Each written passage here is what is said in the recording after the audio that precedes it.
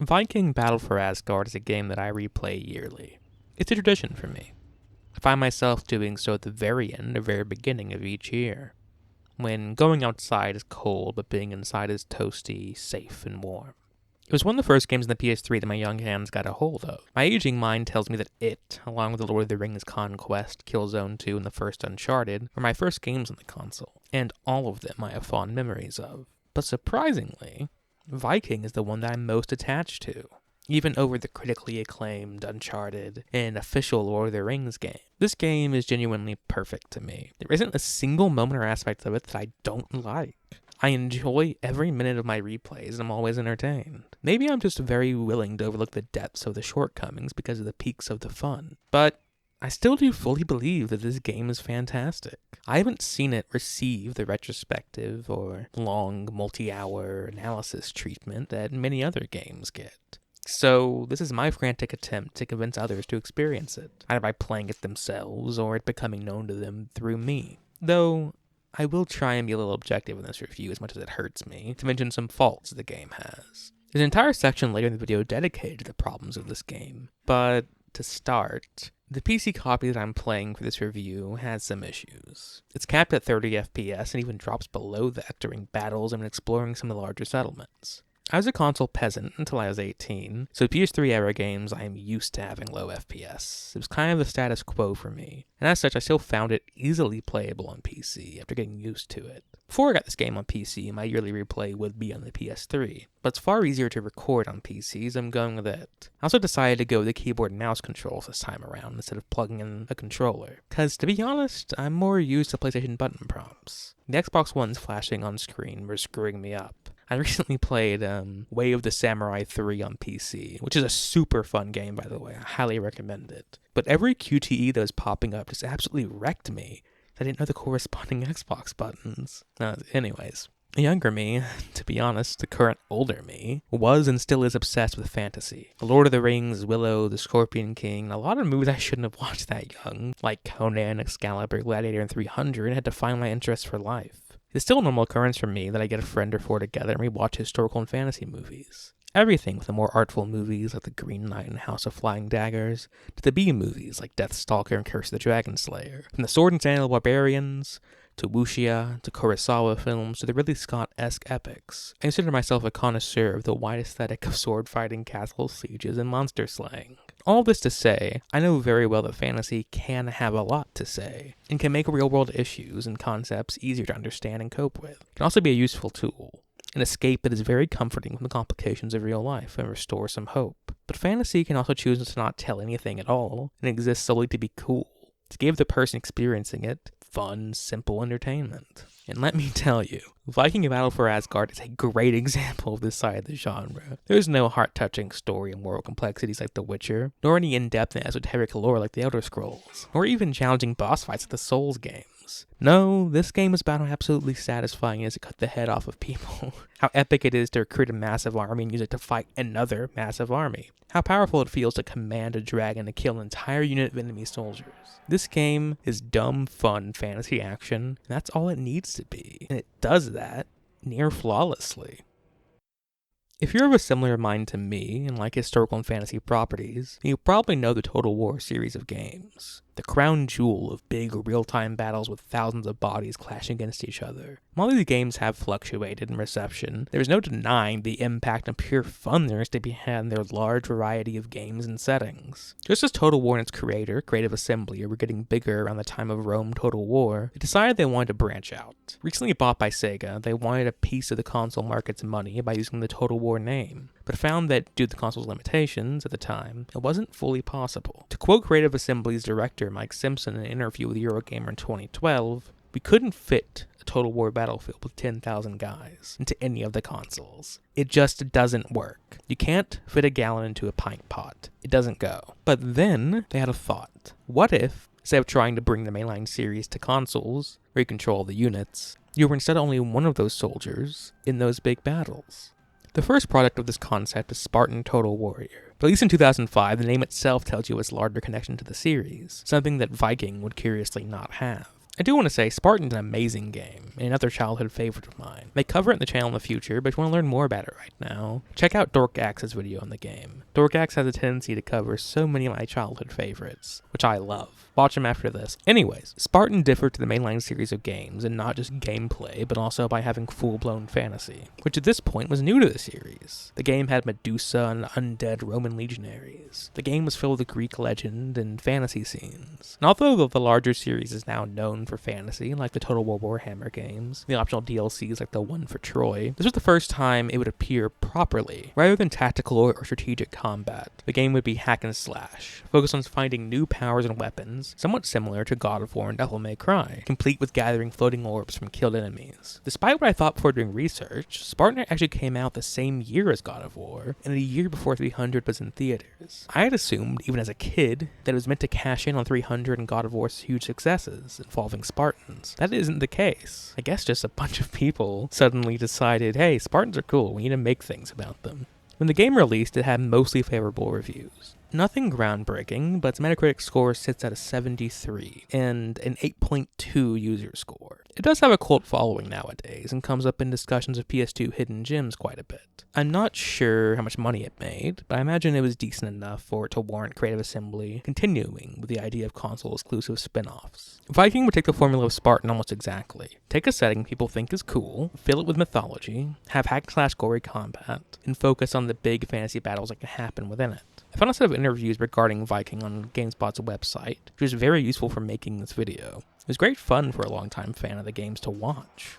Although there were supposed to be 6 according to GameSpot's website, I could only find 4. I tried to track them down in other places, but couldn't. The ones that were on GameSpot were wrongly labeled. I hope the missing 2 aren't lost media, that would suck. If anyone has them, please do let me know. If anyone else has any other behind the scenes videos or info on Viking, please comment below or feel free to tag me. Either way, in the first video named Why Vikings, Creative Assembly game director Ian Roxburgh, who, by the way, went on to be the game director of the 3 Total War Warhammer games, has this to say on what the team wanted Viking to be.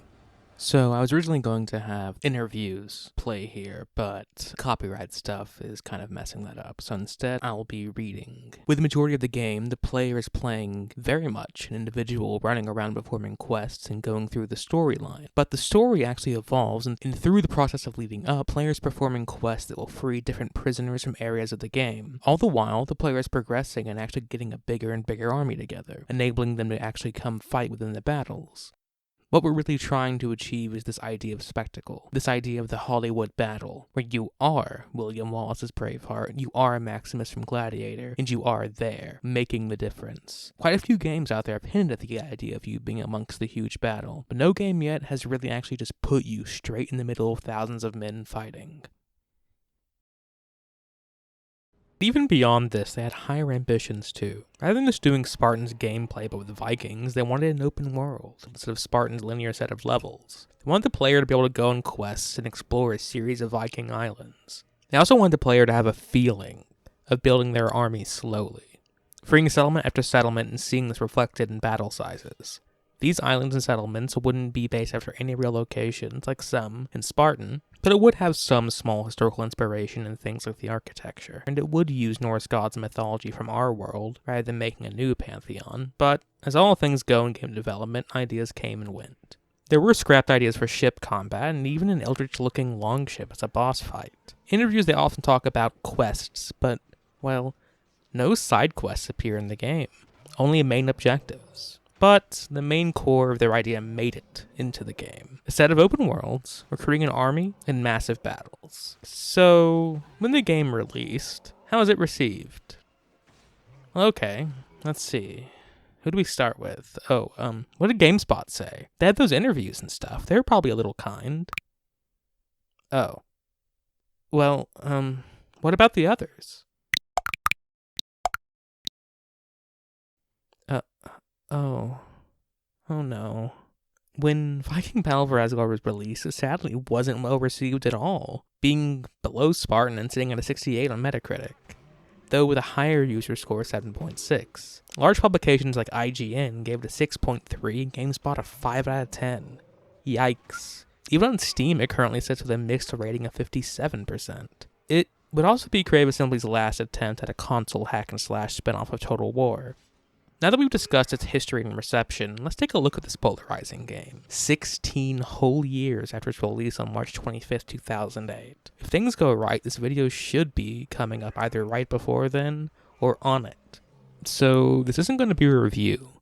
Rather, it's a birthday celebration, a loving retrospective, and a story analysis. And a chance for me to wax poetic about why I love it so much. You're a hostage, and you will listen to me. Now let's go. The game begins with a moody narration over a stylized cutscene fading into gameplay, narrated by the man, the myth, the legend, Brian Blessed. His narration sets the tone immediately. It's just a perfect choice. His deep voice is one of the things I associate most with this game. Since I played Viking before learning who Brian Blessed is, I now just kind of associate him with this game. Honestly, use his own voice in my head when reading older intimidating Vikings, dwarves, and feudal lords in books, or in video games that lack voice acting. Anyway, time for me to shut up and let's listen to it.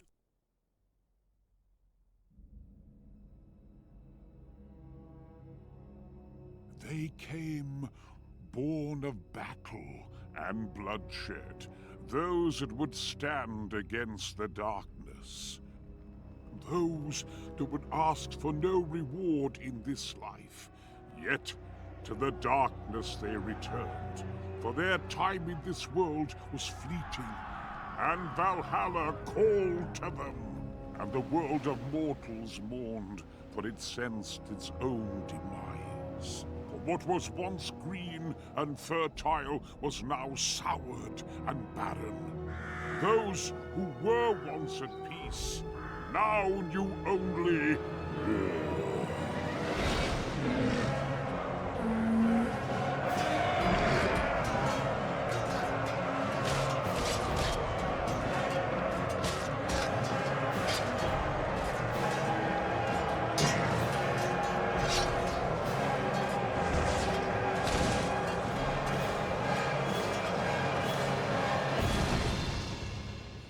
For a great evil had come to Midgard, crawling its way up from the depths of the underworld itself. But even in darkest times, there is still hope. For hope is stronger than any armor, any weapon. Hope waits merely for someone to embrace it.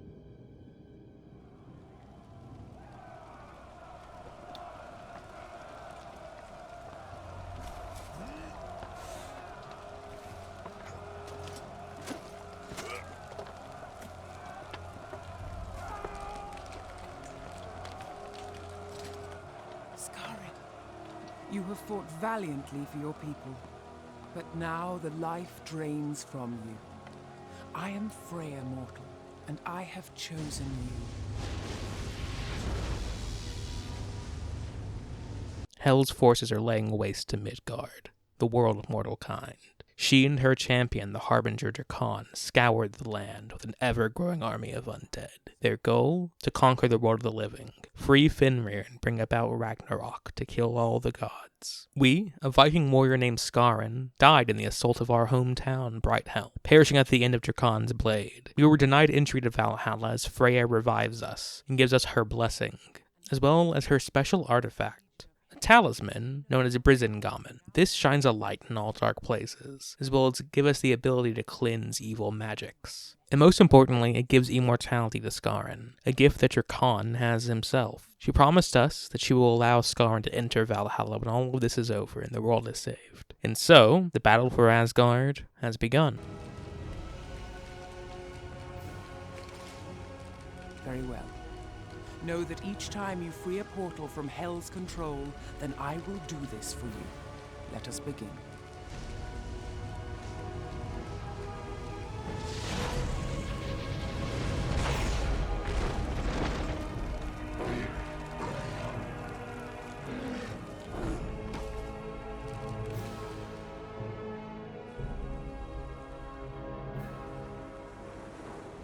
Our main and only goal is to grow an army and send Hell's minions back to the underworld, and eventually Hell too. When we free a settlement, Freyr will clear the remaining evil, and even the very weather changes. Regions controlled by Hell are identifiably dark and dreary, covered in constant rainfall and shadow darkness. Regions, when freed though, shine again, due to Freya's blessing. No further complexities are added to the beginning of this game, and to be honest, we don't need them. We're immediately set into it. We can talk to people of our clan, but they aren't massively important, save for some directions around Brighthelm and the island.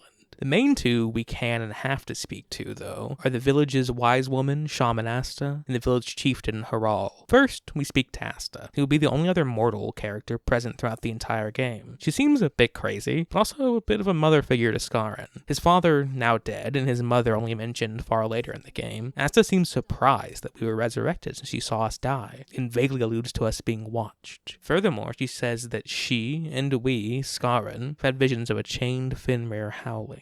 The great wolf that when freed will cause Ragnarok. Skarin is called strange throughout the game. This may be due to his resurrected status, but I think it's also due to his shamanistic ways. He had visions before the events of this main story, and was partially mentored by a shaman growing up, as well as implied to be close to Asta's father, a shaman too. Asta also directs us for one of our main quests in this set of islands, which is to find the dragon amulet and all its gems to be able to summon dragons in the war against Hell. The gems, Hugin, Mugen, and Mjolnir, are scattered throughout the 3 maps we will go to. Each singular gem is used to summon a dragon for our war effort. Strange that the amulet pieces bear the name of Odin's 2 messenger ravens and Thor's hammer, but I think this game has wanted random Norse words for them. After finishing our talk with Asta, we can speak to our village chieftain Harald, who opens the gate for us and exposits some about Skarin's father and his death, presumably the corpse that we saw in the opening cutscene being sent away in a boat. Harald had feared that we shared our father's fate at the Harbinger Dracon's hands, but here we are.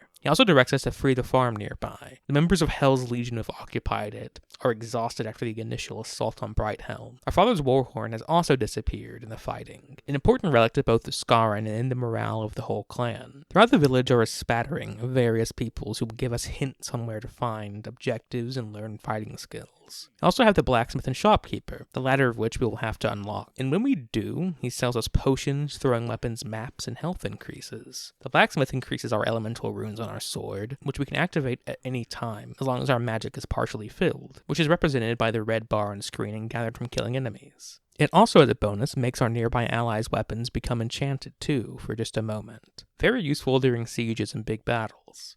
Exploring around, you may start to notice something when talking to NPCs is a little jarring.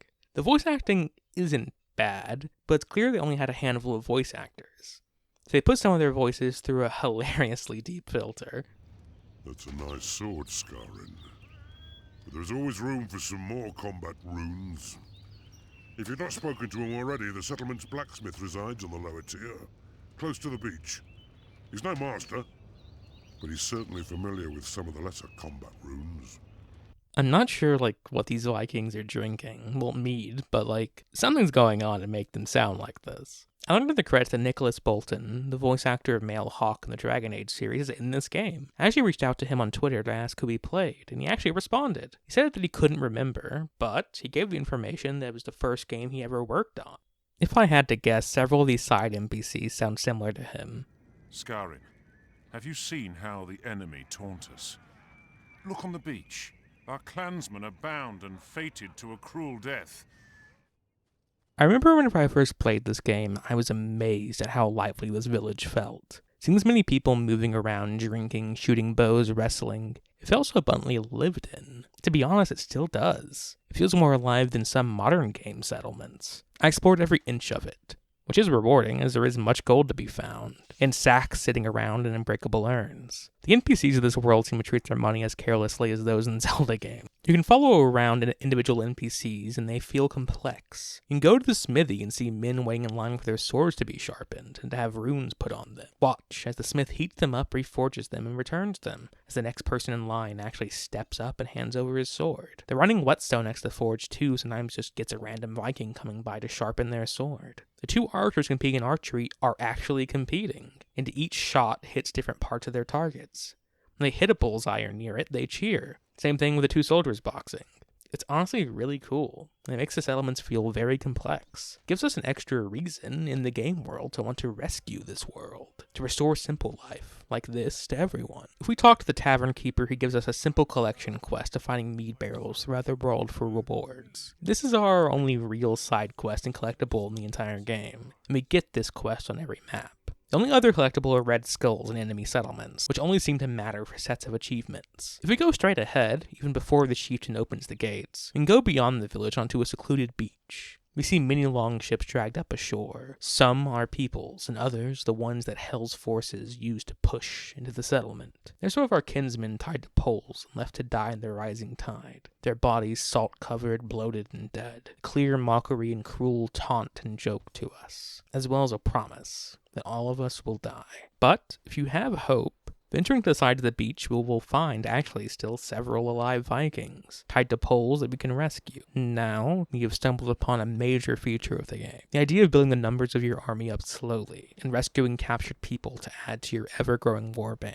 The game says that this changes how many people are in the big siege battles you have, but I'm not sure how exact that is. But for the illusion of this being a game, it has always appealed to me. All video games require some suspension of disbelief. Saving all of these people on these poles actually change the fights much? Probably not. But the major settlements are really the only ones that we have to free, and the dragons that we recruit certainly do make the battles different. They make sense and feel like they're adding to your army and unlocking features in the fight. But these smaller ones, I'm not sure. The game does say it's adding to your army and their reinforcements. You can actually follow them back to your settlement. See the amount of people grow as they begin walking around the village. Later in the game, there's a quest where you have to send archers to a certain vineyard. And if you follow those archers, they actually go from your main town to that vineyard and stay there. It makes the world feel, well, like every person in it is important. And while you do see massive battles in these games with reinforcing units, at the very least I can assure you that they are useful in the short term, as freeing these bound units will help us in nearby fight as they attack our enemies that are around them. This mechanic and the illusion of it is something that I really like. It's always appealed to this base fantasy of mine, imagining an army growing because of my every action. That every person freed actually matters and adds to the battle. That they're each individuals that can influence the fight in some small way. That every enemy killed is actually diminishing the enemy forces. Nothing's really captured this feeling for me as much as this game, except for, say, Mount & Blade, Kenshi, in the mainline Total War games. And to a lesser extent, the Shadow of Mordor games. There's also Ghost of Tsushima, which I'll touch on more at the conclusion section of this video. The army building feature, or at least the idea of it, is really great and fun. It makes the player and me feel substantial. Anyways, we can clear the beach, freeing a handful of Vikings, finding some loot, some mead barrels before returning to the village. On the beach, we can actually see in the distance several portals glowing. These are the locations that we will go to, and turning right, we can even see the hilltop farm and its windmill that we were advised to free. Being able to see these sites and landmarks makes the world feel actually alive and connected. Every beacon in the sky you can later go to. Everything you see you can walk to. You see that mountain? You can climb it. This is a recurring theme throughout the game. It makes its world design almost feel like a Metroidvania. I know, that term is thrown around a lot. It's a hard one to define. While I don't think Viking classifies as one, we'll have to find and make many paths back and forth, and likewise can see locations teased throughout the game.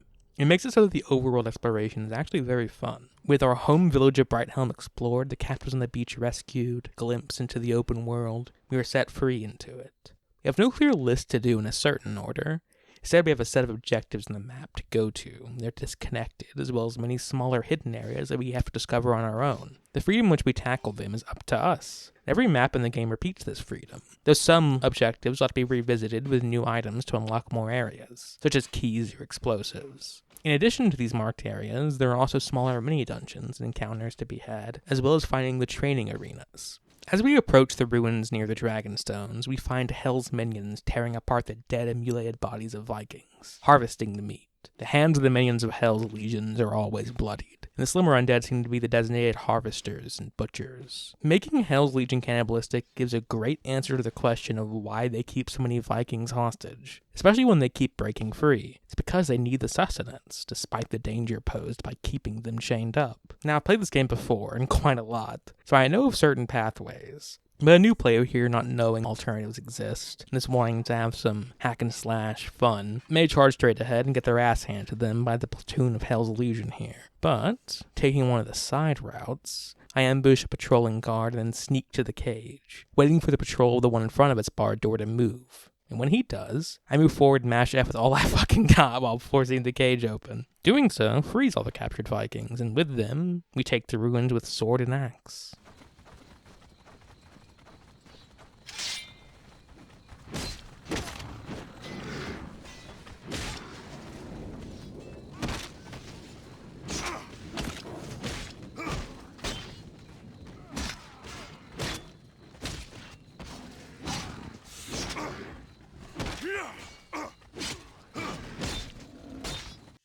With new allies freed and our first objective complete, we're told that shortly before the attack, a Viking named Havelock went mysteriously missing. Once we find where this Havelock is, these men will be happy to join our army with this last loose end tied up. Their leader also advises us to go to the nearby arena, which is in sight of the ruins, some standing stones on a cliff by the water to train up. The arena stones are magical hotspots in this world, which allow for direct communication to dead Vikings in Valhalla. They teach us a whole lot of moves for a tribute of a whole lot of gold. Exploring around, I had gathered up a decent chunk of gold and could buy a good amount of these moves. To be honest though, I should have waited a bit for some of them, as there's also a gold sink to be had at the blacksmith and merchant. Here we can learn a free skill as a sort of tutorial for the arenas. When we purchase more, we are taught another mechanic in the game. Not only do we have combos that are done by mixing up heavy, standard, and jumping attacks, but we were also presented with a new mechanic, Rage. Rage is presented by swirling blue gems under our health and magic bars. These gems represent rage points to pull off strong attacks. To do them, we hold down Q and do the appropriate button press combo afterwards. This can be just one other button or several. Rage functions like a stamina system. Starting off, these moves only take one rage point, but other moves in the late game will take more. We recharge rage points every time we successfully hit an enemy, so they should be used often since they are easily recovered. Another skill that is taught the arena is one I consider essential, so get it right away if you decide to play this game. It's the sneak attack skill named Fenrir's Bite.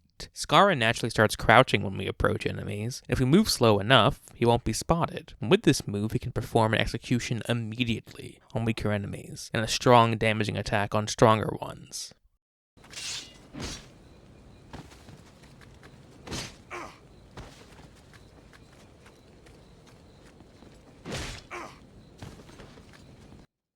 It's very useful. Moving down the beach from the arena, we find Havelock, the missing Viking. We find him amongst Hell's Legion, not as a prisoner, but as an ally to them, and he's ready for us. The Legion's shaman predicted our arrival, and so they were able to prepare an ambush for us. He seems completely enamored with Hell, and happy with the idea that even if he dies, he will be sent right back into her embracing arms. Arrows rain on us from above, but we quickly dispatch the undead, blocking the archers as we push up to them and murder them. Jumping down, we finish off Havelock and take his bloodied helm back to the hilltop ruins. This has them properly join us. Here, we can also choose to climb up the ruins by the dragon stones, and as such, we're introduced to the Uncharted and God of War-esque climbing system. Jump to ledges, climb vines and nets, and shimmy along edges, etc. Nothing groundbreaking or really new here. When we do get to the top, we find a chest, and within it, the first of the dragon amulet gems, Hugin. When we do, Freya speaks to us and advises us to go to the monastery in the north, as the monks there know much about dragons, and may even have the amulet itself, thus needed to socket these gems. Though the way to the monastery is currently blocked by the closed bridge to the north and the fort beside it. Returning to the camp, we upgrade our sword with the runes and continue on to Hilltop Farm. When we finish the journey and reach the hilltop, we sneak at first, stealth killing as many isolated enemies as we can. Thinning the number, we approach the large cage, lighting our sword aflame and brazenly out in the open, killing a handful of enemies that wouldn't move, taking a few wounds ourselves. Before they can be reinforced, though, we free the prisoners, and with them at our side, we slaughter the farm's occupiers. These workers once led a peaceful life, but now they are thirsty for blood and vengeance. Speaking to the now free leader, we learn that just before the farm was taken and our village was attacked, a shipment to the village merchant went missing. To get the shop back up and running, we need to find this shipment. Going down and killing those around the cart, we take the goods back to the shopkeep, finally unlocking the shop. With our gathered gold earned by looting as well as collecting mead barrels, we buy some throwing axes, healing potions, a health upgrade, and maps for finding gold. In the second act, we will also unlock purchasable flame pots. In addition to permanent health upgrades, we can also buy meals for a one-time health boost that's gone once it's knocked down. It's very useful if we have a hard time with a fight or want a boost before an important battle. This first shopkeeper's voice is stuck in my head. It repeats over and over for 10 times as I buy 10 throwing axes. A fine blade. A fine blade. A fine blade. A fine blade, a fine blade, a fine blade, a fine blade. It's cursed me, so any time there's a basic blacksmith, I imagine them as this guy. Each blade made, he just repeats it to himself for eternity. Fine blade, fine blade. After his fine blade fit, he tells us a friend of his saw our father's war horn on the hip of the commander who led the takeover of Hilltop Farm. This commander now patrols outside the enemy fort, guarding the closed bridge. This is the first mini-boss and an enemy type that we will see often throughout the game.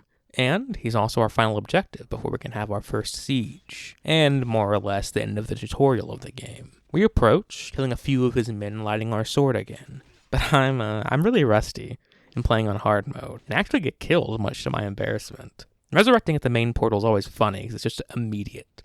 No fanfare for our death, just teleporting. And sometimes I throw myself off of ledges just to hear Skarin's cry and a big splat, before just immediately he's back at the portal.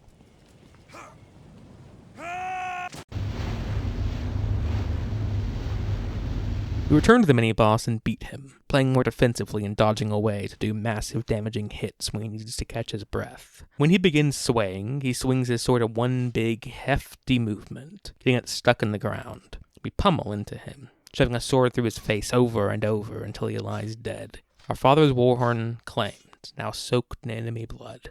The settlements on this side of the island are free.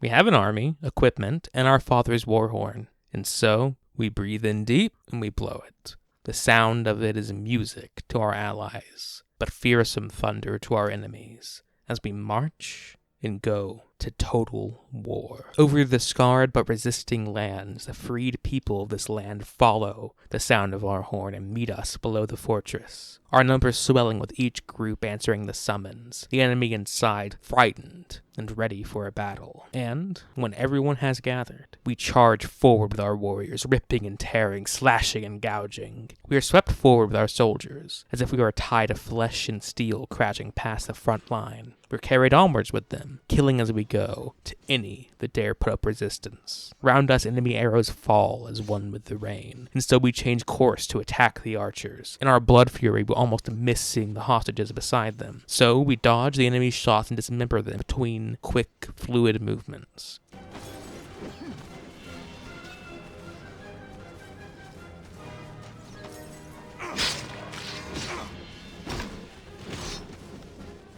And once all the archers lie dead, and when we finish off the camp, the blood of our enemies seeps into the ground all around us, and we celebrate. Many of our people are freed. Our army is victorious in a war that seemed all but decided. And, well, as soon as a great event is over, go back into camp life, looting, arresting, and even those who are still bloodthirsty, sparring with each other. Despite this grand victory, the bridge is still raised on the other side of the island. And while victory deserves celebration, we've not truly had a victory yet. We must raise that bridge, or this war will forever be at a standstill. Whew. That's just the first big battle of the game. And yes, I will be narrating all of them like that, get used to it. And even though this one was fun and felt big, it's nothing compared to the future. This is minuscule. We get battles that are way larger and far more complex with actual objectives in them. This siege on this fortress exists solely, I think, to give the new players a taste of blood, a craving for more. And oh my goodness, does it work. The excitement and fun of these battles is something unrivaled in other contemporary and even modern hack and slash games. Before continuing and trying to find a way north, we investigate the side paths around the fort and find a small occupied camp atop the hill, as well as a hidden cave, populated with cowardly enemy survivors of the battle. Dispatching them, we find more gold and free even more hostages. After this mini-adventure, we return to our camp, begin a journey through the treacherous mines. We're told that there's a way to the other side of the island, but the mines are filled with Legion. We go through the first short cave before being baited by a running Legion minion, who brings us to a bridge where his friends are waiting for us. We fight across the bridge and up the mountain, our enemies tumbling down as if they were dead leaves drifting off of the great Yggdrasil. I'm being way too dramatic. We make our way to the entrance of the second cave, and have a pretty tough encounter with a handful of regular soldiers and 2 shielded enemies. The shielded enemies are pretty tough, and they get increasingly harder throughout the game as they get higher quality shields and armor. I found the best way to fight the shields is to bait them into an attack and do the quick stab before they can hit you, or to push them back and do a flurry of attacks before they can recover standing back up. Or if you want to be cheeky, just push them off edges. In the second mine, we see some disturbing visuals of the undead harvesting flesh, and a creepy figure always just right ahead of us, walking away. Pushing ahead, there's a gorgeous sight of a waterfall going into an underground reservoir in the cave. This game is really good at having these pretty cave locations. Caves so easily can become boring in fantasy games like this. As we begin to leave the waterfall room, we have a vision that comes over us as fast as a lightning strike. An unknown voice calling.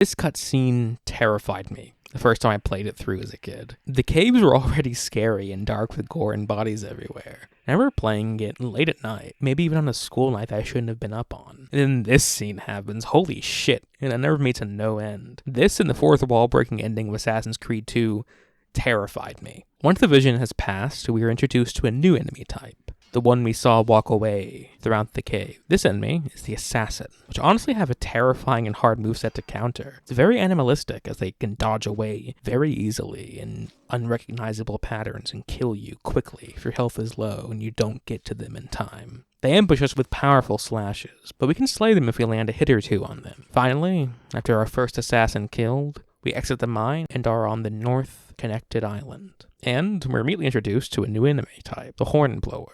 If he spots us, he'll blow his horn and alert all nearby enemies. This can be a death sentence in some locations. We sneak to a rock just behind them, and then jump ahead, cutting him in half before we can blow it. After killing him, we stealthily move forward, killing many Legion on the way to a half-dozen captured men, presumably the few surviving miners who were spared death in these hell-like tunnels. They help us kill the last 2 Legion before using the stone to teleport back to safety, and within view is the bridge. Exploring the bridge is fairly spooky. This is our first proper interior that isn't a cave, and it's scary seeing a once-human environment bloodstained and degraded. We first sneak into the 2 floor-level rooms and slit the throats of a few of the Legion sleeping in their beds, before fighting the others who woke up from the noise. When they're dead, we go to the other yard and scale the tower by using the vines on the side of it. Kill the archers up top, and descend down once again on the opposite side, getting to a wheel that is used to lower the bridge. We hear as our allies on the other side cheer and send a group of men to occupy the bridge. Here we have a few places that we can go. The quarry or the monastery. Or we could do some free roaming exploration. Various places aren't even marked on our map yet. I chose to go to the quarry. It's a gorgeous environment that is rather big and feels properly intimidating to sneak into. It's visually very open and makes it feel risky to sneak through, with plenty of enemies and a couple of ways to approach it. The hardest part, though, is that the cage that holds our allies is deep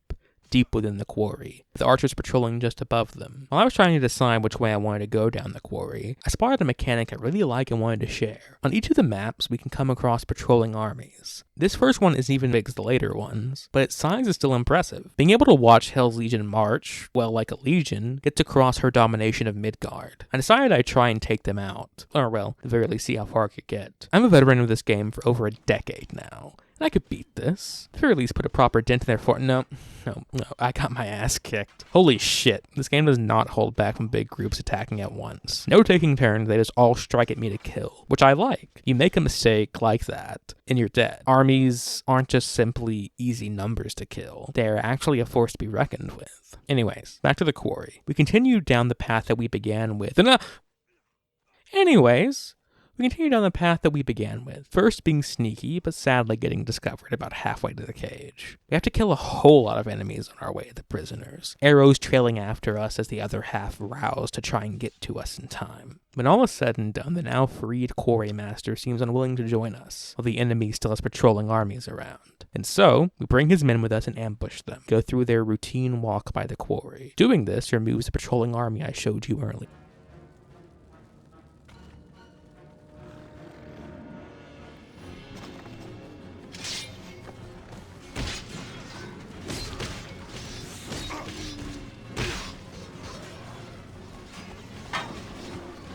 Returning with the marching legion dead, he officially has the quarry join our army, and also gives us a gift of explosives. It advises us to use them to open the gate to the caves beneath the monastery, where surviving wounded human soldiers were dragged to. But first we clear a beach landing near it, taking medical supplies from the Legion commander there. After we blow open the iron gate and trek through the spooky caves, killing as we go, we reach the wounded men, giving them the medical supplies as a bribe and assurance that we mean no harm, though their leader curiously seems hesitant, saying he doesn't want Scarn to have another fit. This implies that Scarn, even before our story with him, had those weird visions, and maybe even lashed out during them, earning him a very strange reputation. Many more people throughout our journey, throughout all the chapters, will say the same. Scarn seems like an untrusted black sheep in the Viking world. People at first are dismissive of Scarn, and, well, towards the end, very scared of him. With medical supplies given, they push out of the cave and join our army. Approaching the monastery, we get another vision, with this mysterious voice speaking to us.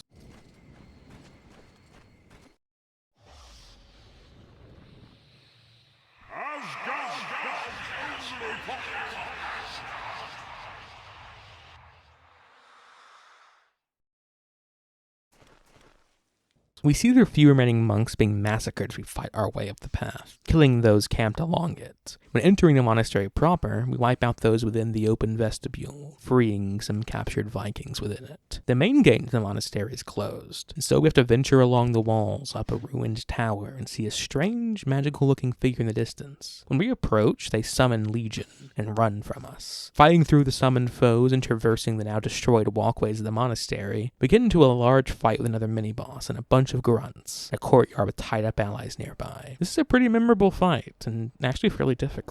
The key to winning it is to free our allies so they can distract and kill the large number of enemies. But the archers and boss make this really hard to do. When I freed the second group, the first allied group had already died that I had freed. The archers are ruthless, constantly hitting me if I'm trying to do anything close by. Fighting tooth and nail, we kill the grunts, archers, and rearrange the brain of the boss. With a few allies remaining, they run up to the portal, and Scarn alone remains.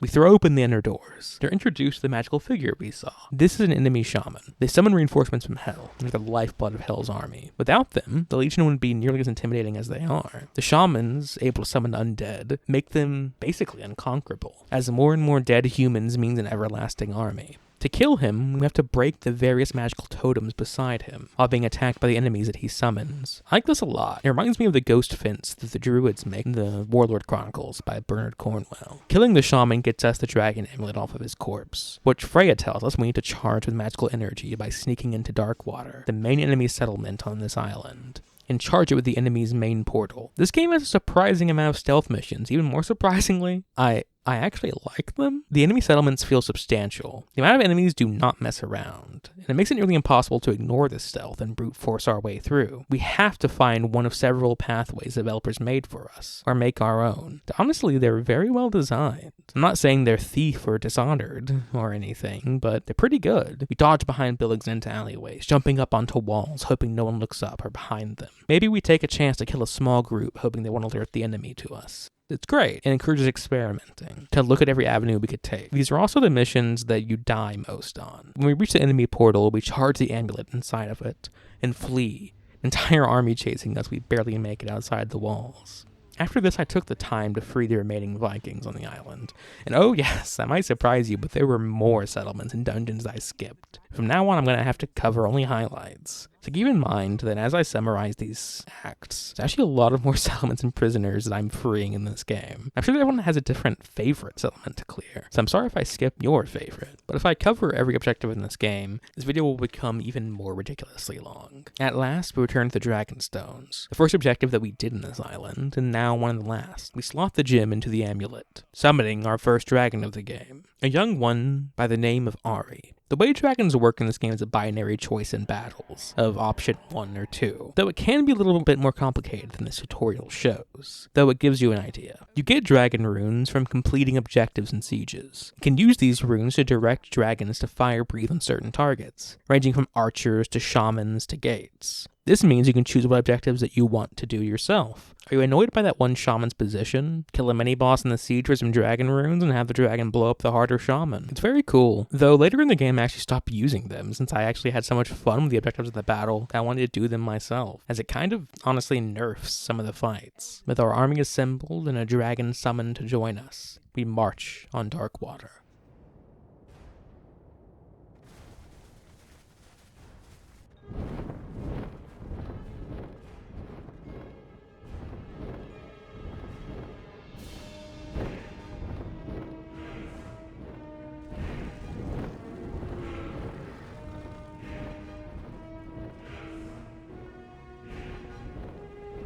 Behold your army. Those that stand before us are loyal and brave. They will fight to the death for you, my mortal.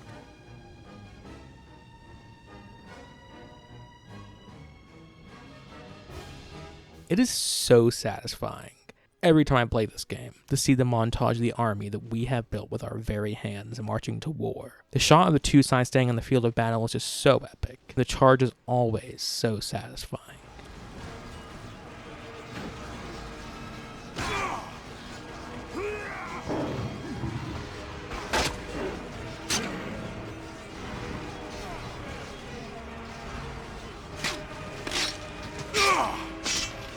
I could use this bastard's dragon runes on the shaman, but I won't. Instead, we save them, and the one we will soon get from the shaman as well, to use on objectives inside.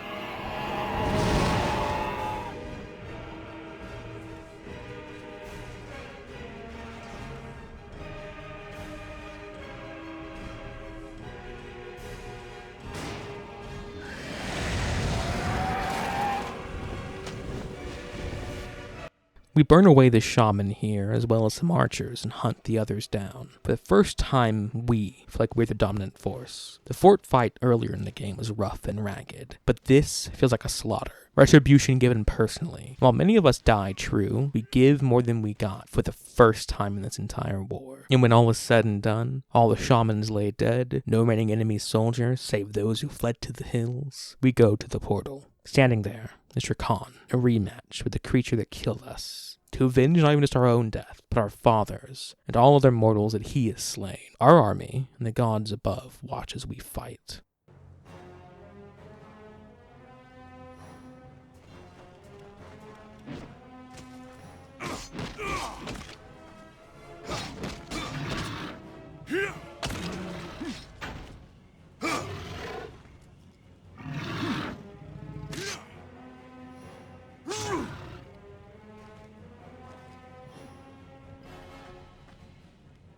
Hell appears, pulling back her wounded dog. Drakan is immortal, due first to Freya's blessing and then Hel's, much like we are now thanks to Freya. With the enemy gone and now Hel and Drakan teleporting away from the stones, Freya frees Darkwater. The first third of this game ends as we chase the Hellhound Drakan and his mistress to the next island.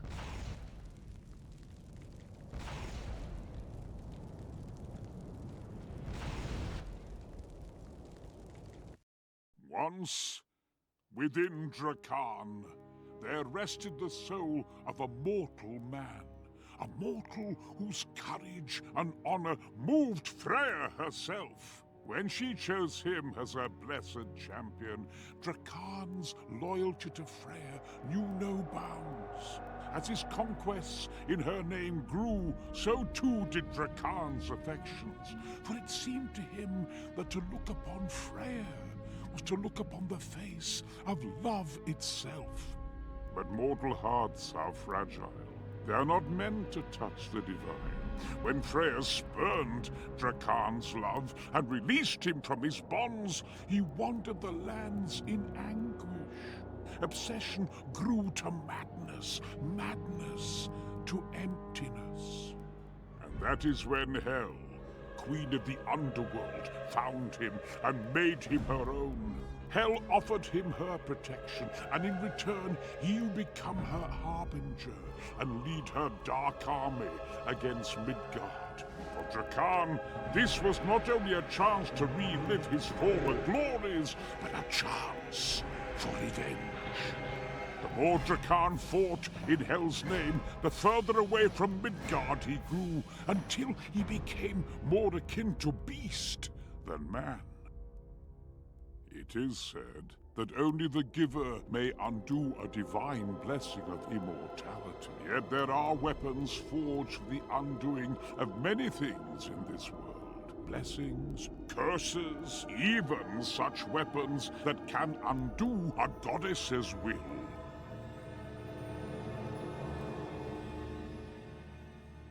Drakan's human design is very similar to Scarin's, is it not? Almost like a dark-haired alternate costume in a fighting game. His Harbinger design I wish stayed closer to this human form, to be honest. The giant armored greatsword wielder is still cool, but also a somewhat common sight in Hell's Legion. Anyways, our main goal of this map, aside from freeing settlements and dragon summoning like the last, is to be able to make our blade kill an immortal. And so, we set off. The first home base of this map is very cool, the beach landing. In the previous maps we were a point of resistance and home territory, but now we are the invaders against an enemy who have already won and have roots. Seeing our raised army landed here along the beach is just satisfying.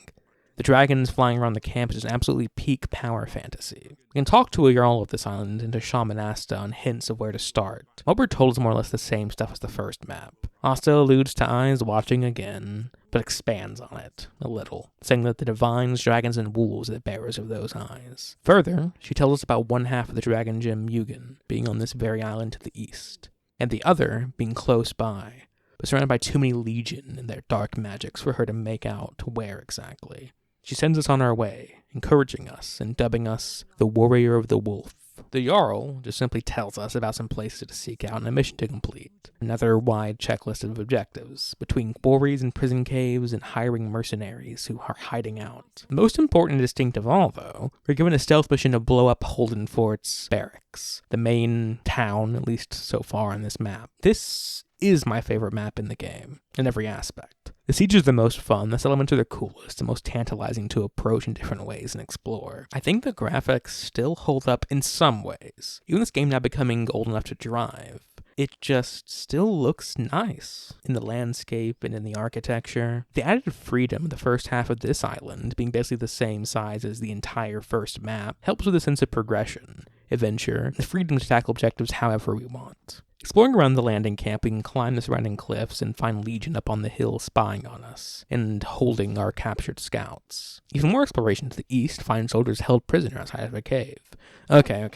I said earlier I'd only do highlights, and I have to commit to it. I can't show every settlement or found location, that's become way too repetitive. So, like I promised, let's settle on some highlights. The quarry of this map has a cool gimmick of a patrolling army that you have to time your infiltration and freeing around. If you didn't know that they existed, you could be assassinating an enemy, trying to go to the cage and turn around and have an entire unit descend on you. I was able to time my infiltration just right. As they left, I snuck in, and funny enough, just whenever I freed the prisoners, they returned, and a large battle ensued. This is the first time this has ever happened to me. Usually I free them, and then a scene happens where you have to ambush the patrol who are returning. But it's really cool that that's dynamic. Even after playing this game countless times, this one fight, I encountered something new. After this place is freed, we gotta fetch a family recipe. We finally unlock flame pots. Very useful for killing a single difficult target to knocking down a few enemies around them. It's also our last item unlock of the game, I'm sad to say. After being directed to a large cave system to kill one of Hell's champions, we infiltrate this gorgeous cave. climbing around the camping legion and up to an ancient throne room where the champion has made himself essentially a king under the mountain. We have a cool fight with him and then jump down to finish off his men. Teleport stone in these caves is pretty too, with water flowing all around it. Just past it, we have another vision before a unlocked gate. So Arn, for some reason, always seems to get his visions in caves. Anyway, the voice ominously says,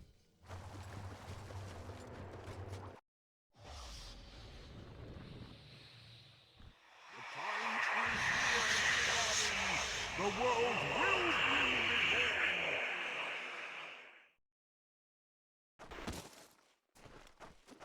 The locked gate requires an item that we don't have right now to open, so we'll have to return later. Bringing proof of us felling the false king under the mountains has another group join us, and afterwards we pursue the rumor of the mercenaries. The first group that we encounter in this game who have no moral objective or want of vengeance. They care not about basically the ending of the world. All they want is sweet hard gold, and well, we have to give it to them. They want us to clear a dangerous large watchtower for them by a bridge to the east of the island. A route going by this tower is taken by a humongous patrolling army who carry with them loot taken from dead Vikings and common folk. It is a nice little detail that the watchtower actually functions like a tower. The archers up top see us approaching from far away and fire on us. Pushing inside, we scale the tower like Sam in Return of the King.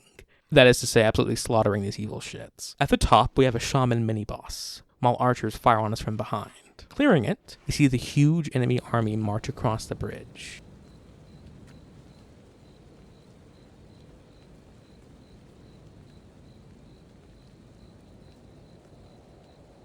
And when they pass, we blow our war horn, summoning the mercenaries and having an epic fight on the bridge.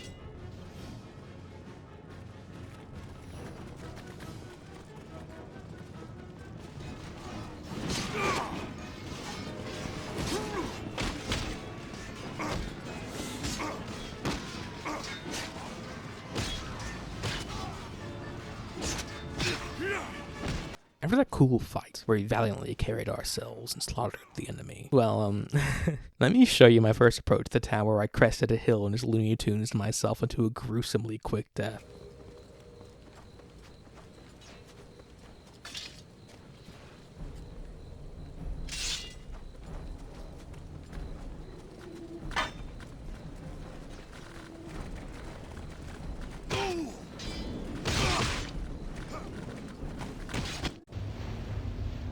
With the loot gathered, and my pride returned, we give the coin over and join the mercenaries. A few capture settlements later, we are told of another prison cave. And again, it's pretty. I guess the trick is lots of cool waterfalls, we're finding out. After freeing the prisoners, we gain those explosives that we needed to unlock the cave door from earlier, allowing us to enter the plateau of the mountain. We also get our own patrolling army, how fancy. Into the plateau, we free the last prisoners we need for our largest battle yet, and find the first half of our dragon gem in a chest protected by the group of Legion filth. With our army raised, the only thing left to do on this part of the island is sabotage Holden Fort before sieging it.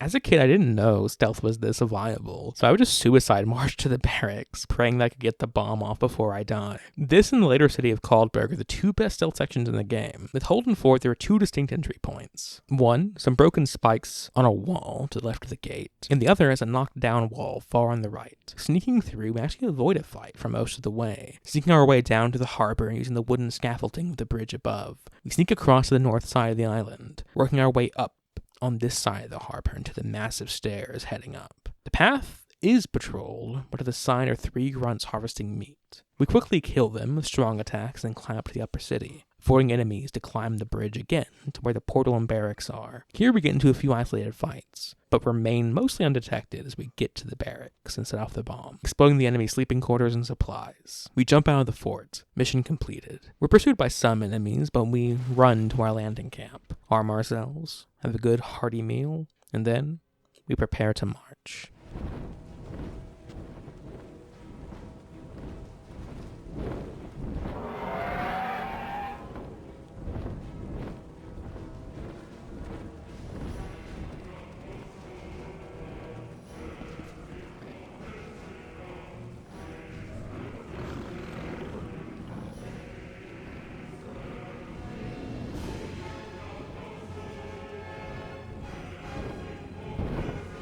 The beginning of the battle of the taking of Holden Fort shows the enemy army marching out to meet ours on the field. Our dragons fly high. Our men are ready for vengeance. Others ready to earn their pay. Rushing forward, we fight the hulking commander, slaying him quickly to get his dragon rune.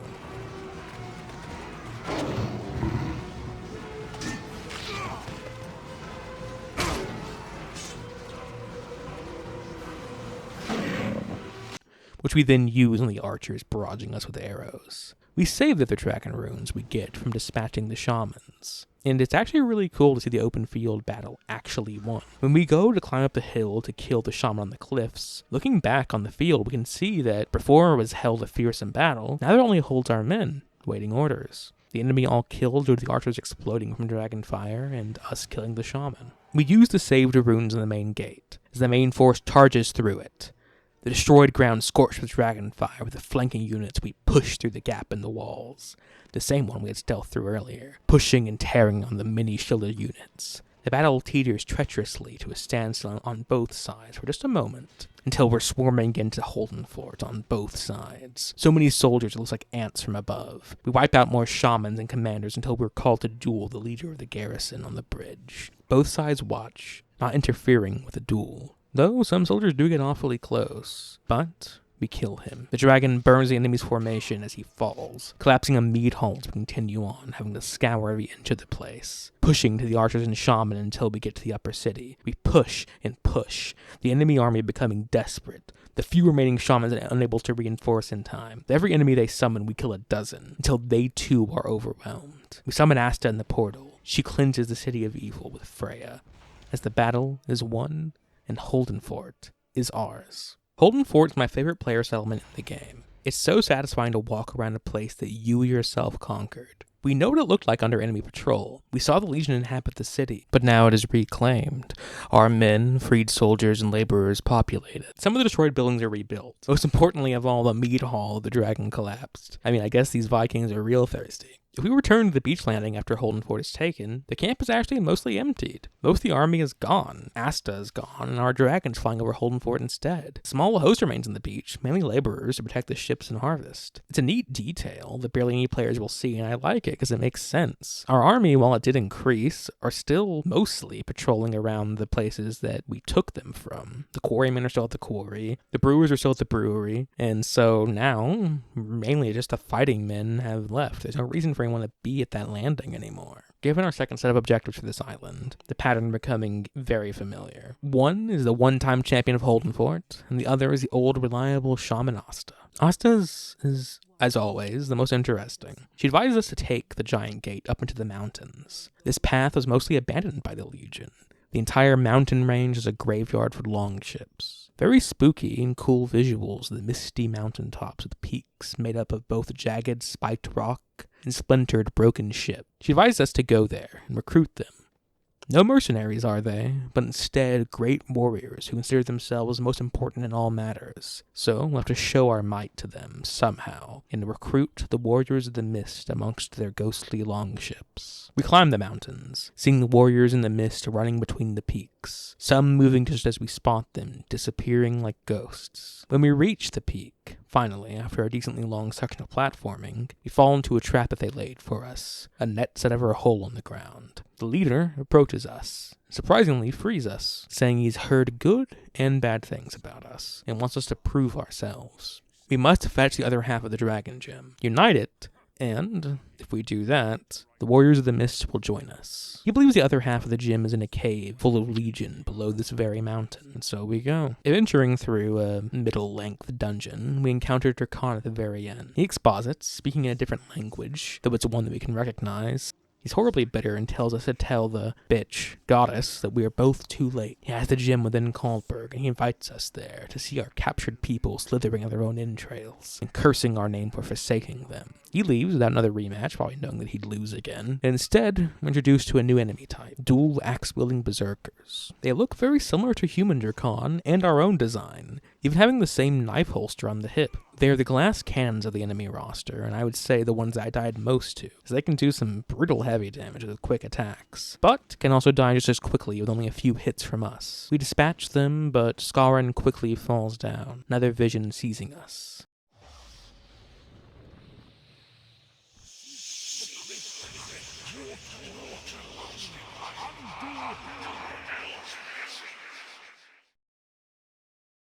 So, it sounds as if you survived an encounter with Hell's Harbinger Drakan. If you do, you are lucky. If the Harbinger is part of Mugen, then he will have taken it to his fortification in Caldberg. Find it and bring the halves of Mugen together. Then we will know you are truly worthy of us. And so, we are again sent on our way. A clear objective, though a difficult one, is laid before us. Nearby we find the arena for this map and learn all available skills. We have plenty of gold that we've gathered up, and to be honest, the merchant's items don't cost that much. So, we clear several encampments nearby, as well as lower a bridge connecting the north to the south island in another place, aside from Holden Fort. Using this, we cross back to the south and find the crypt that was told to us within our vision. A beautiful location that reminds me of Hyde's Tower of Flame in Dark Souls 2. This beautiful ethereal architecture, almost elven and delicate looking.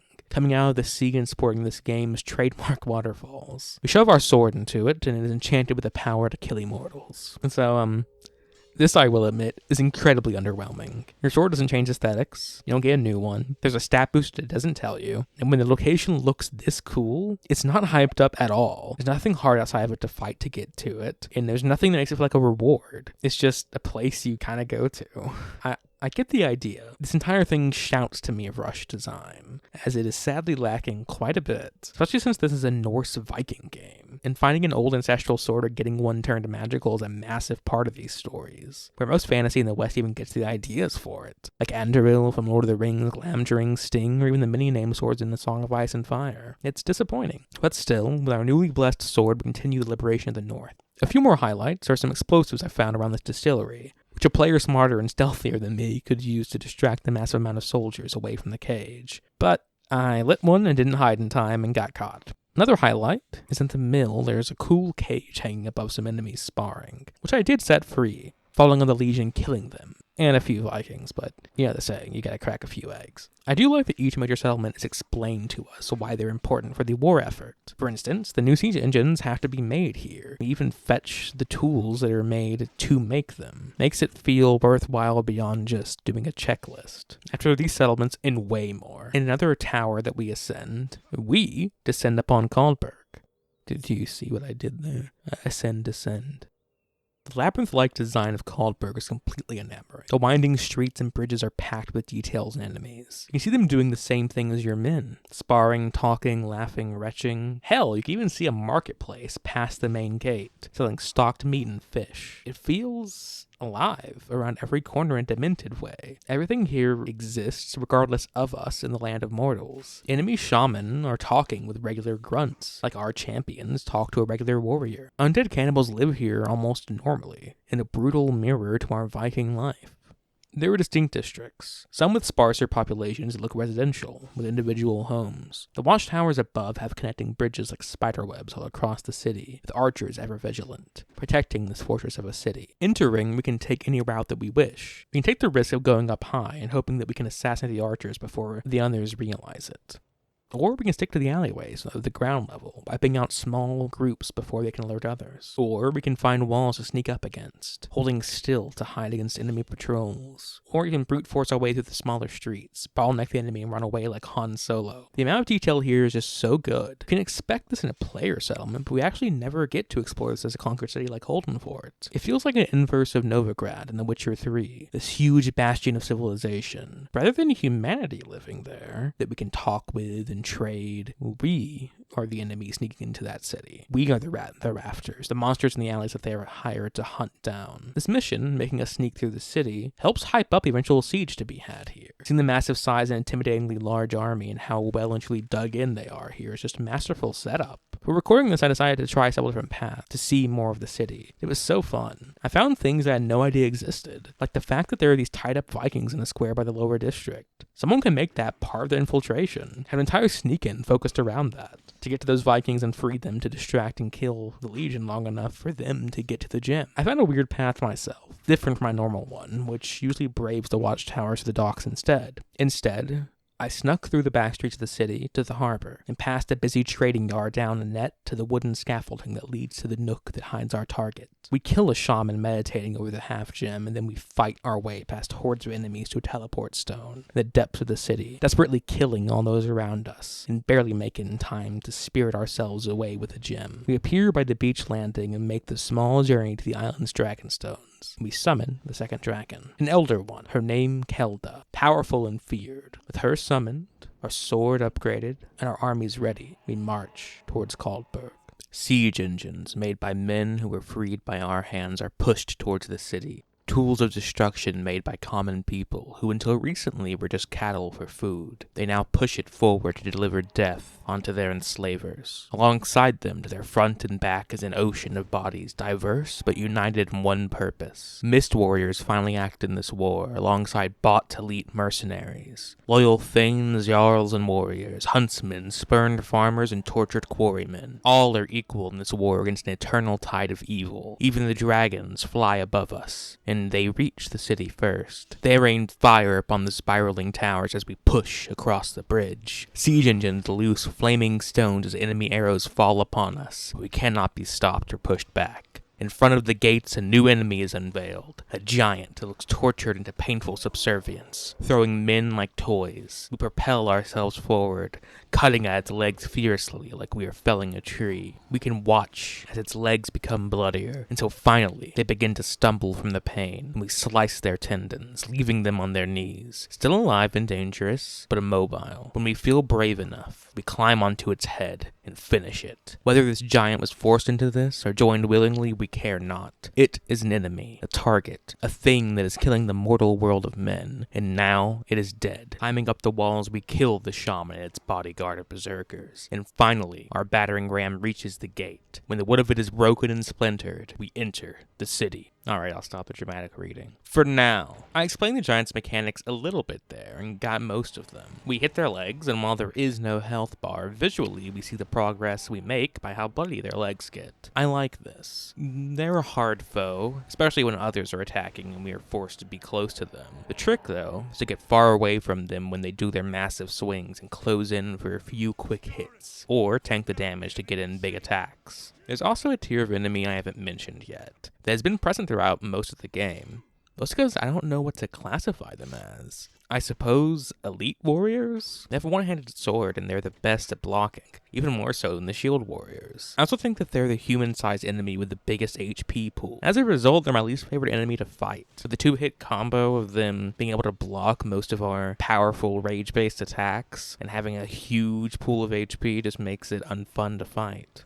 Anyways, this siege is the one that I consider the most iconic within the game. I think the developers would agree, since the bridge to Caldberg is the main screen of the game. The entire thing feels epic and deserved. You know how your army got those battering rams. You freed the very mill that made them. When you see the elite units, their models before only used for important NPCs like Jarls and Chieftains fighting, you know that they're either the elite mercenaries that you bought, or the mist warriors that you proved yourself to. It makes everybody placed there feel like you yourself did it. You brought them all here, united under one banner. The siege continues on for many stages, going through each section of the city. Depending on how fast you are, it could be over half an hour to 45 minutes of just constant action. Eventually, we make our way to the top of the main castle complex. We face Drakan one last time. I'm sorry to end this exciting section on a bit of a sour note, but Drakan does feel wasted to me. His fighting style and design is reused throughout the game as mini-bosses. Since we already faced him, you'd expect an upgrade to this fight, but it's almost identical, at least as far as I can tell. This game could have used more unique bosses, because there are really only 3 archetypes: Drakan, Greatsword Boys, Shamans, and Giants. But I wouldn't give for this game to have a bit longer development and get more unique encounters. The variety in enemies and gameplay is just so sadly lacking. Drakan could have been a memorable boss, a memorable character, if he was the only enemy who fought like he did, but he isn't. With Drakan killed by our mortal-slaying sword, Hel retreats one last time to her main isle, Iceholm. By the way, literally means ice home. We're going to Iceland. Which, to be fair, is a great idea for this game to shake up the environment while still keeping it Nordic. We get one more cutscene to change to the next chapter. Hel herself was once a denizen of Asgard, a goddess as beautiful as the dawning sun. It is said that she betrayed Odin, the ruler of the gods, to overthrow him. In his fury, Odin banished Hel to the underworld. Others believe that the jealous goddess Freya was the true architect of Hel's downfall. Alas, the underworld corrupted Hel's visage, and Odin's banishment prevented her from assuming pure human form. Hel's desire is strong, and she has found a way to recapture her beauty. But as with all mortal beauty, it is fleeting, and such a punishment only served to fuel Hel's desire for revenge. For should she be the one to break the chains of Fenrir, then she would bring Ragnarok, the long winter, upon the world of Midgard, a world ruled by Hel. We get Hel's backstory. Some suggestions that Freya may be the cause of all this. And certainly it seems that Hel blames her, since it was Freya herself who told Odin of Hel's supposed treachery. A petty war between spurned gods, Odin, Freya, and Hel brought about all of this suffering. Though admittedly her punishment is very severe, being sentenced to a realm of constant death and torture that's inescapable. I mean, look at the enemy designs. And for that matter, she herself, a flayed woman. I think it's certainly enough for Hel to want to get back at the gods, who she deems tyrannical and unfair, and to free Fenrir and cause Ragnarok. The landscape of this map is the most distinct in the entire game. While the second map is my favorite, this one's a close second. The basalt cliffs are just so striking, such a strong, recognizable visual. The lava and menacing glow gives a Mordor-like feel to the place, with a recognizable twist. In other chapters, enemy-occupied land rained and was dark. Here instead it is just shadowed, and the sky glows an ominous red. Even occupied land remains depressingly dark. Everything feels notably dry and bleak here, even with all the ice and snow. Gives a nice sense of dread and sadness to everything.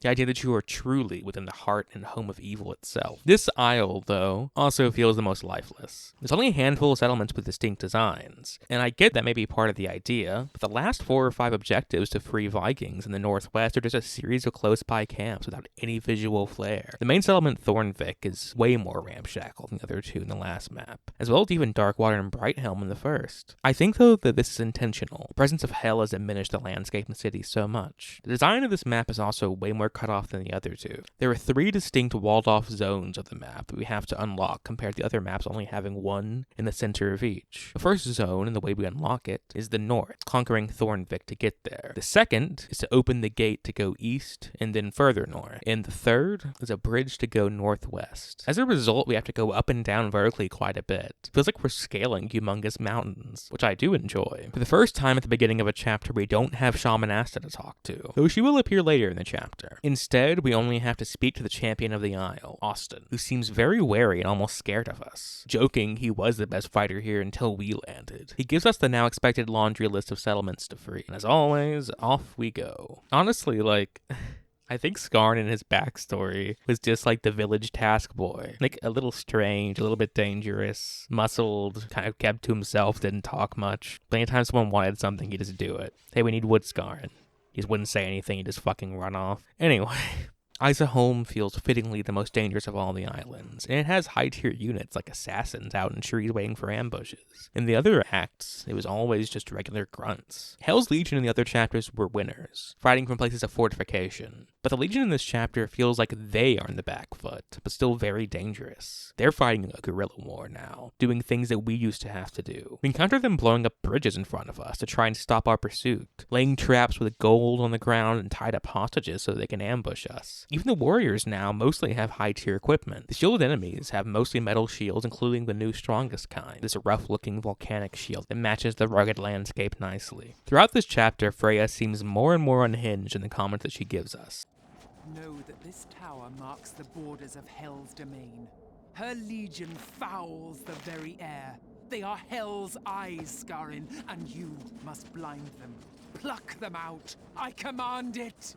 The first part of the game she seemed mostly detached and commanding, more like a force of nature or a professional boss. The second she seemed to be almost mourning for Midgard, and in a caregiver role to Skarn and all of humanity, wanting to save Midgard because of her people's suffering. But in this third map, she is vicious. We are winning the war and she is reveling in it. She is bloodthirsty and she smells Hel's wounds. This is personal for her again. Or maybe it always has been, but only now is she openly showing it to us. When we go to the last tower of the game, which by the way is visually striking, I mean look at the mountainside beside it. It's the the same height. So cool. She demands Scarran to take Hell's eyes for her.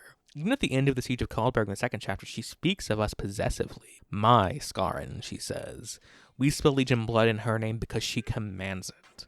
We are a tool, a well-trained dog. And for now, our interests align. The Legion are evil, we did die to them, and we do want vengeance. It's just strange to see Freya like this. After freeing a quarry and farm as well as many camps and smaller encounters, we have another vision within the mountains. Looking for enemies along the coast, the voices have been speaking to us the whole game calls out.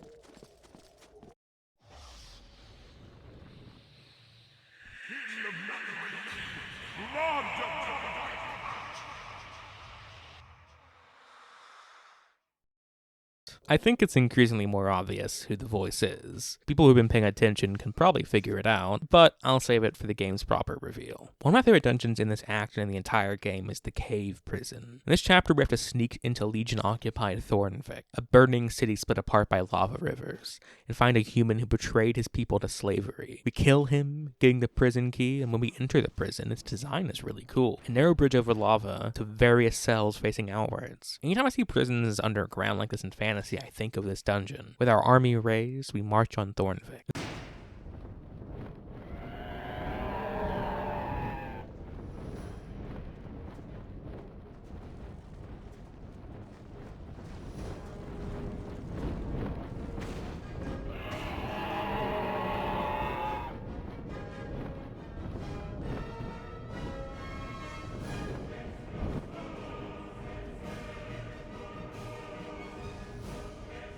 Imagine it's routine for these warriors, but still. Anxiety builds as Hell's massive tower looms above us, always within view. This is the home stretch. We're almost done. Almost. Catapults strike. Dragons burn the already burnt city, and we kill giants and legion spawn alike. The defining moment of this fight for me is when the massive gate to the mountains opens for a moment, to allow an army of legion to attack us, sandwiching us between the city and the gate.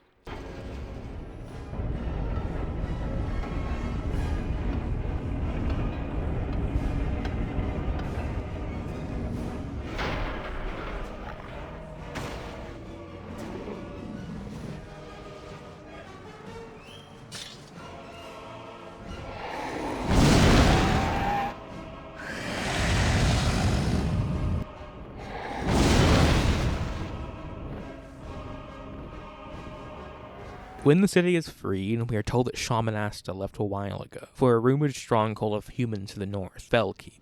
But we can only reach it through the gate. So, we do some mountaineering, climbing up to the gate's controls, and open it. We go east and then north with adventures along the way, until we find Fellkeep. A magnificent fortress, though sadly ruined. The homes within are just broken shells. But amongst these stones are humans, wary of us with shaking bows aimed our way as we approach Asta. When we speak, she tells us the truth of our parentage. The woman that we thought our mother, and the man we thought our father, were not such. Our mother, as a young Viking woman, brought out a stillborn babe to bury. And, whenever she did, she found us in the cold. She brought us to Asta's father, the main shaman at the time, and he told her to claim us as her own, and that only they two should know the truth, claiming that Scarran was the stillborn babe brought back to life. But Asta also overheard this. She was the third who knew the truth. She asks us, once again, some of the first words that she said to us in the game. Do we see the wolf? Do we see it reflected in our own eyes? If we want to speak to it, our true father, we must cast sacred herbs into some flames. And off we go for our vision quest. Fetching the herbs in one dungeon guarded by a giant, and burning them in another that we have to delve through and kill many legion, we have our last vision of the game. The source of them finally confirmed.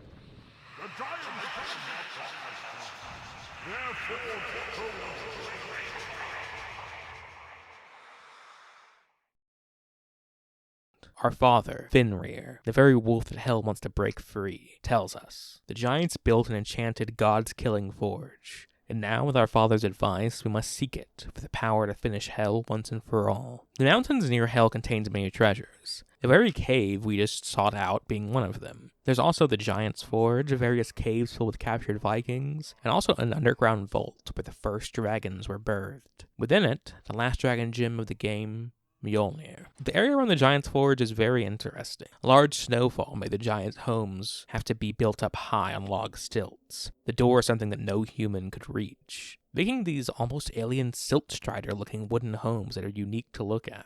The homes all swirl around the forge itself being a massive pit. Giant stone slabs are working as giant stairs leading down into a spiral. As we reach the bottom, we reforge our sword one more time. Now it holds the power to kill a god, something not even Hel or Freya could do, as direct conflict between the gods is forbidden. As a last step, we bring the gem to the dragon stones and summon Bolthor, the first of the dragons. The eldest dragon has been witness to all battles of the ages, or rises, or possibly the last. We march. Alongside us warriors from all 3 isles that we have conquered. All of them hold a mixture of awe and weariness. Veterans from Brighthelm, Darkwater, Holdenfort, Caldberg, and Thornvik. Most former slaves and cattle. Others are legendary mercenaries and mist warriors. But all of them are brought together by one person, a strange shamanistic Scaran who rarely speaks, and has visions and seizures of dark tidings. The glowing gem upon his back, which we have used to free settlements and our people time and time again, proves our paladin-like devotion to the world of Midgard. Our men feel confident, though frightened. The final siege upon the fortress of the embodiment of death, pain, and decay is before them. The last of a great and once-thought infinite army lies between us and deliverance. A great tide of them rush towards us as the enemy shamans rise up an ever-growing foe. If we do not push, we will grow overwhelmed. The shamans must die and their queen after them. With all shamans lying dead, the portal is converted by Asta and Freya. But not even that is enough to overcome Hel's true power, as she summons forth more and more enemies from it, slowly overwhelming our army. We have to cross over to the tower and finish her herself to stop the flooding of undead. We scale it, massive spiraling stairs of obsidian that seem to go on for an eternity, perhaps reaching all the way to the very top of Yggdrasil. Our dragons breathe fire through the gaps in the tower, tracking our route up. The burned, rotten flesh falls from the upper stories around us and makes the staircases slick with their inside as we push up every step. Tiredness and wounds are not allowed. They do not exist. All that matters is killing the enemy with every move we have learned, with all the carried items that we have earned, and with them, we slaughter them. There's no other word nor description for it. We slaughter them. And then finally we reach Hel herself. She says nothing. The door slams behind us. She summons fire, as well as an endless undead horde to kill us in the reaching flame and smothering smoke. But still, we continue, breaking her shamanistic totems and killing her warriors until she transforms, her massive body like a parasite or a tumor inside of a giant. We fight and we fight, till our sword separates her soul from her body. Disembodied, she tells us, perhaps in disdain and pettiness, or perhaps as saddened prediction and omen.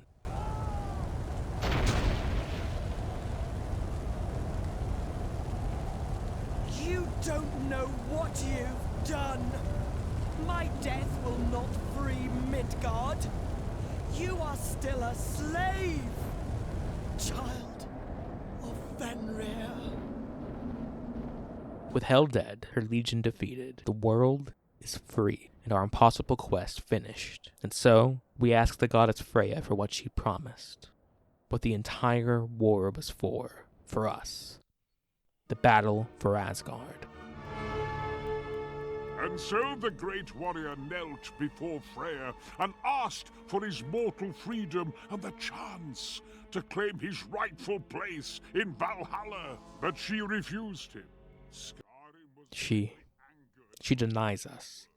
After everything, Freya's ambition and greed knows no bounds. She could not share Valhalla with Hel, and she cannot let go of her champion, her Scaran. We are too useful.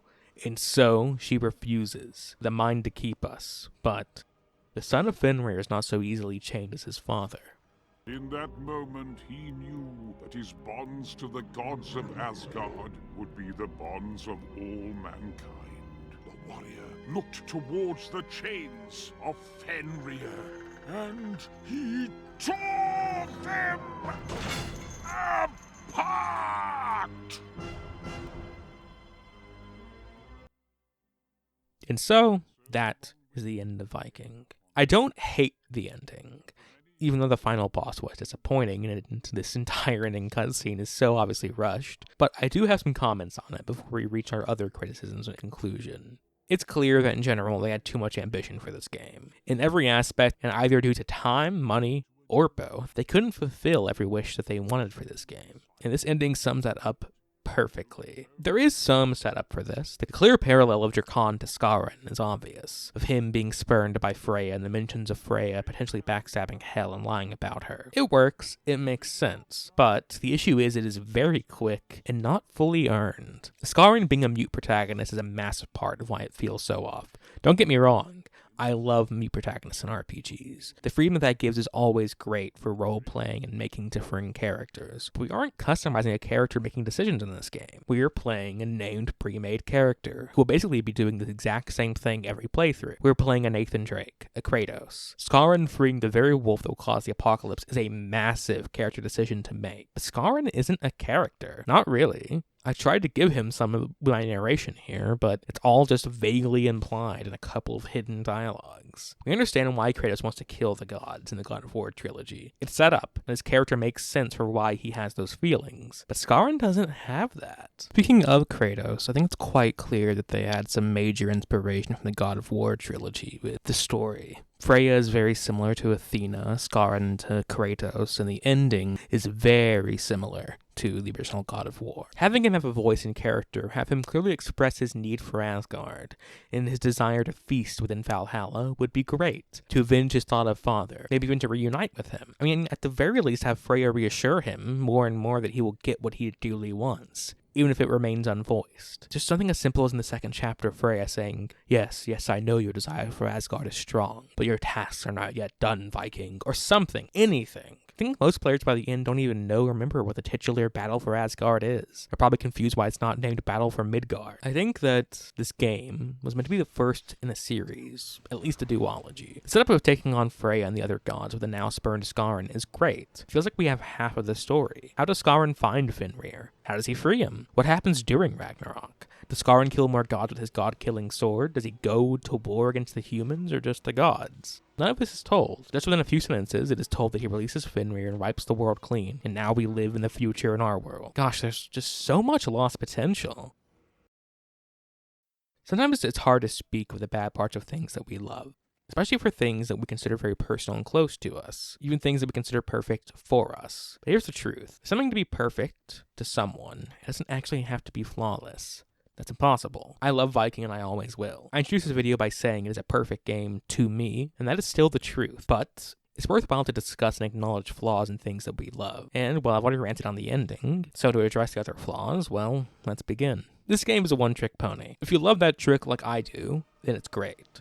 But if you don't, it's just not for you, because there's nothing else to it. I think this makes it a very love it or hate it game, especially when there's so many opportunities for there to be more to this game. So much more. If you aren't enamored and really into the gimmick of growing big armies for big gory battles, then, well, there's nothing more than that. You won't like the game. If you want intelligent tactics or decision making, it's not there. If you want a good story, it's not there. Variety of boss fights, side content, none of this is in the game. This is a very easy to define game. The point of it is singular. Tetris games are Tetris. Pong, you play Pong. And in Viking Battle for Asgard, you grow an army and siege castles. That's it.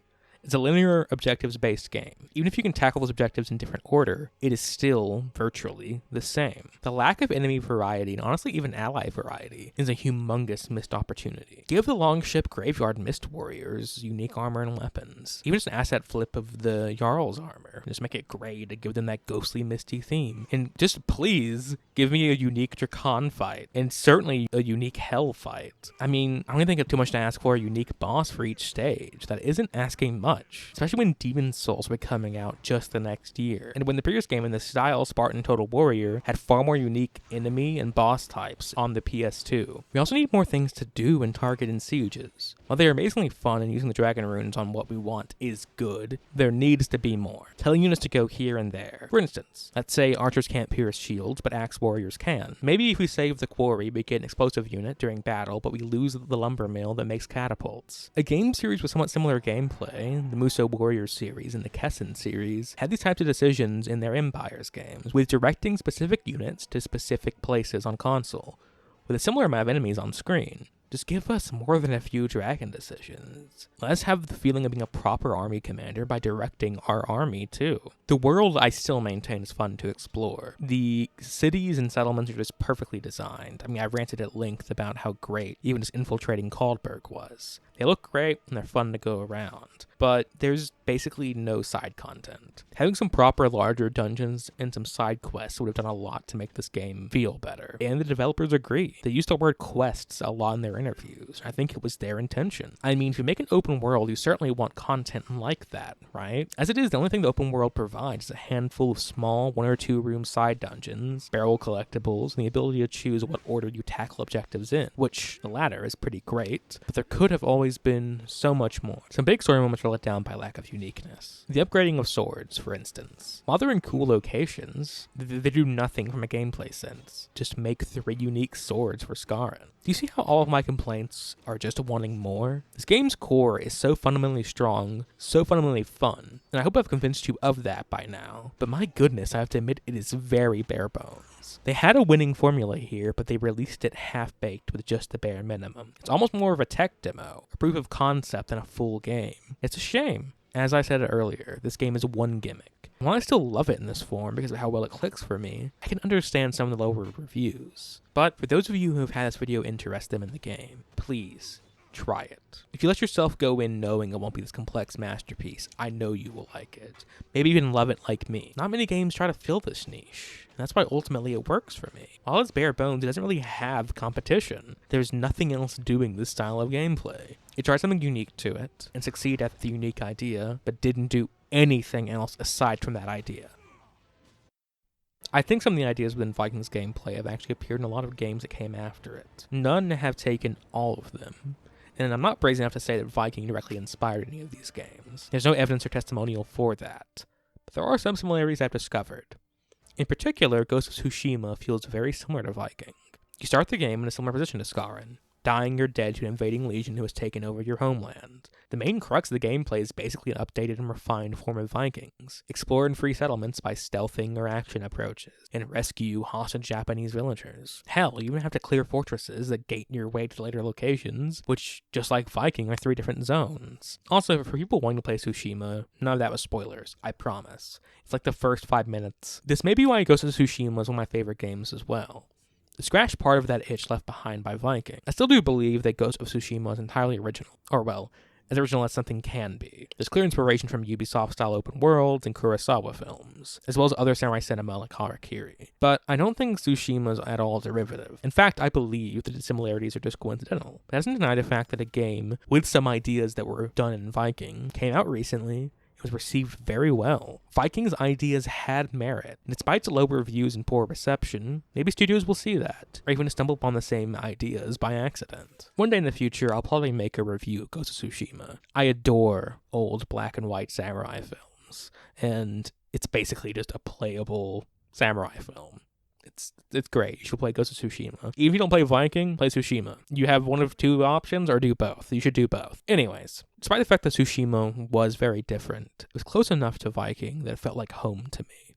Viking, for the most part, is forgotten. There are maybe 2 or 3 reviews I found for it on YouTube. No one on Reddit, Twitter, or similar sites really talk about it. Save a post every 3 or so years asking people what they thought of it. And the responses are just, it was alright. It goes on sale for just $2 or $3 super often, and it tends to get pushed into Crave Assembly bundle deals at the bottom of the box as just filler. I think that's a shame. A shame that this game, which had such unique ideas and inspiration, is truly forgotten. Even immediately after release, it was pushed away. It was just put out in unfinished state. A project that people love to work on, and I know they did, I've spoken to some of them about it, was just treated so poorly. This video I want to shine a light on this game, for at least a little while. Maybe get some new people playing it and voicing their own opinions. And really, I just want to talk about my love for it. I hope you could feel that in this video. Even if the game will never be for you, I hope you enjoyed my passion for it and the fact that it is for me. You can experience my recounting of it. It's mine and I love it. Thank you for watching. This is my biggest project on YouTube yet. It took 3.5 weeks of work, from playing and recording the game on 2 different playthroughs, writing the script, editing, and also contacting people who worked on the game. Speaking of which, let me thank those appropriate parties. Thank you, Michael Gutowski. Also, I'm so sorry for butchering that name. I have a chronic case of what we call uncultured American tongue. He was the first person to respond to my DMs and was very nice to me, talking about his experience working on Viking. There's also Nicholas Bolton, who I mentioned earlier, Mr. Hawk himself, who responded to a tweet from me asking about the game. And lastly, I have to give a huge huge thank you to Jim Russell, who worked on a lot of the landscapes and city designs in Viking. He was just a brilliantly pleasant person to talk to. He was more than happy to answer questions and just talk. He's also just so immeasurably talented. He worked on Viking, Shogun 2, and the Total War Warhammer games, as well as tons of other Creative Assembly games. All of those settlements that I said I loved, he worked on. And I also love Shogun 2 and the Warhammer games and so many other Creative Assembly games, and he's just so talented. So thank you, Jim, really. Thank you. And aside from the people who worked on the game, I also have one more person to thank, actually. Thank you, Shar. Yes, Shar. I don't know if you know who Shar is, but she's awesome. She's an animator who is super talented, has amazing artwork. I messaged her on a whim on Twitter to ask about an effect that she did in one of her videos, how she made comments pop up. She responded within like a couple of hours with several screenshots taken for me and detailed instructions. I use these instructions during the development and release section of this video to pop up all the bad reviews on Viking. So that was just amazing. It's one of my de facto stress day watches. Took the time out of her day to give me some beginner advice. That was so super kind of her. Anyways, if you enjoyed this video, please do the things YouTubers always ask for. Like, comment, subscribe, all that jazz. I also made a Patreon if anyone wants to support me. I'm still very small at this point. I have 10 subscribers whenever I upload this video, and only a handful of videos, but still, if you want to support me, Patreon or not, that's awesome. Mostly, I would love to hear people's thoughts on this video and on the game itself. I do these videos because I want to share a part of myself with people. I want people, no matter if it's only a few, to know that I exist and that my passions and love exists. They're real and matter, and you are real and matter. I want to read and hear your takes and feelings too, especially on a game as lesser known as this that I can't really talk with many people about. Alright. The sappy stuff aside, I won't be stopping videos anytime soon. Though for a little bit I may focus on some more smaller direct reviews and analysis than these big retrospectives. We'll see. I am your resident Eccentric, and I have many more rants to come. Thank you for watching. I really do appreciate it. Goodbye.